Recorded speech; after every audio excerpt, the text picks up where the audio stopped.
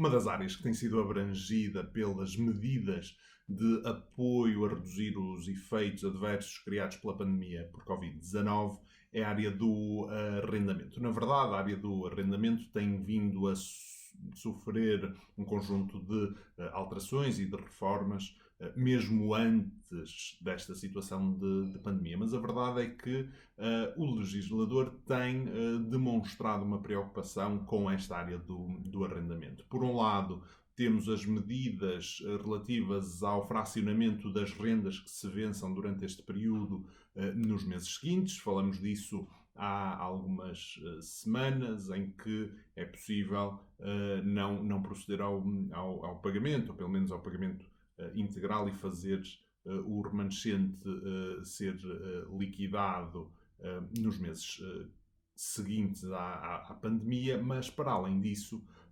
existiu desde o primeiro momento uma preocupação quanto à produção dos efeitos do fim, digamos assim, da cessação dos contratos de arrendamento. Na verdade, existiu quase desde logo, numa das primeiras peças de legislação a ser publicadas, que não se produziriam os efeitos enquanto houvesse as medidas de mitigação da Covid-19, não produziriam efeitos as denúncias dos contratos, bem como a execução das hipotecas relativos à casa de morada de família. Ora bem, este regime evoluiu, entretanto deixou de ser só durante a fase de combate à pandemia e passou a ser durante 60 dias após o fim desse combate à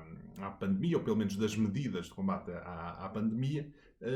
Neste momento houve uma nova alteração, e esta alteração é muito recente, produziu efeitos, salvo erro, a dia 10 de maio, em que aquilo que nós temos é que estes efeitos só se produzirão a 30 de setembro de 2020. E já vamos ver em que situações é que estes efeitos então se produzem.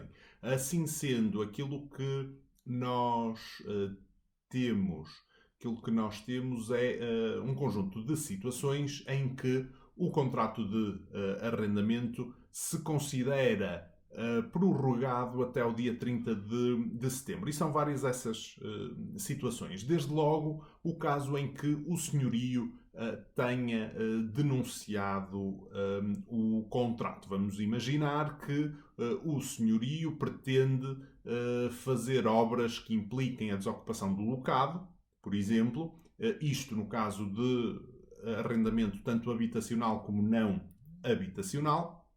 Vamos imaginar essa situação. Ou a situação em que no arrendamento habitacional o senhorio até necessita do locado por não ter nenhum outro disponível, por exemplo. Ora bem, nestes casos a produção de efeitos só ocorrerá a 30 de setembro. Este é o primeiro caso. Mas também o caso em que o contrato de arrendamento tivesse a data do seu término neste período. Ou seja, desde o início das medidas da pandemia, e aqui em concreto estamos a falar de março de 2020, que terminassem entre março e os próximos meses, então só haverá a cessação desse contrato no dia 30 de setembro. Ou seja, imaginando aqui um contrato que tenha começado a 1 de julho de 2019 e que tivesse a duração de um ano, não vai terminar agora a 30 de junho, como seria no caso normal de ter a duração de um ano, irá estender-se até 30 de setembro. A mesma situação do caso em que o contrato se viesse a renovar neste período e o senhorio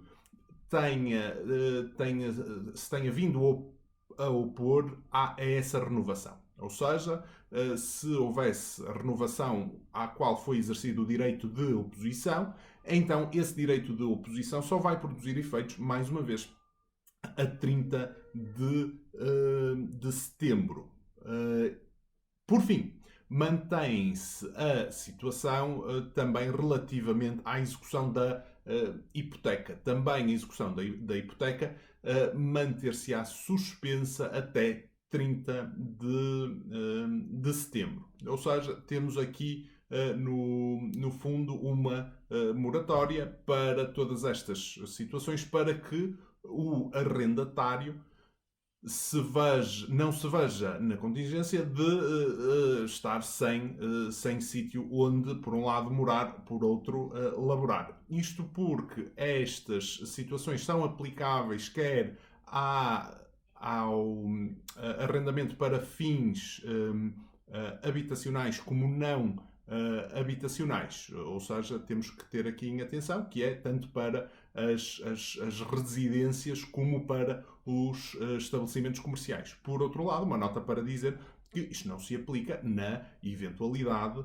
do inquilino não se opor ao fim, à cessação do contrato de arrendamento, caso em que aí se poderão produzir os efeitos na data em que é suposto tal suceder.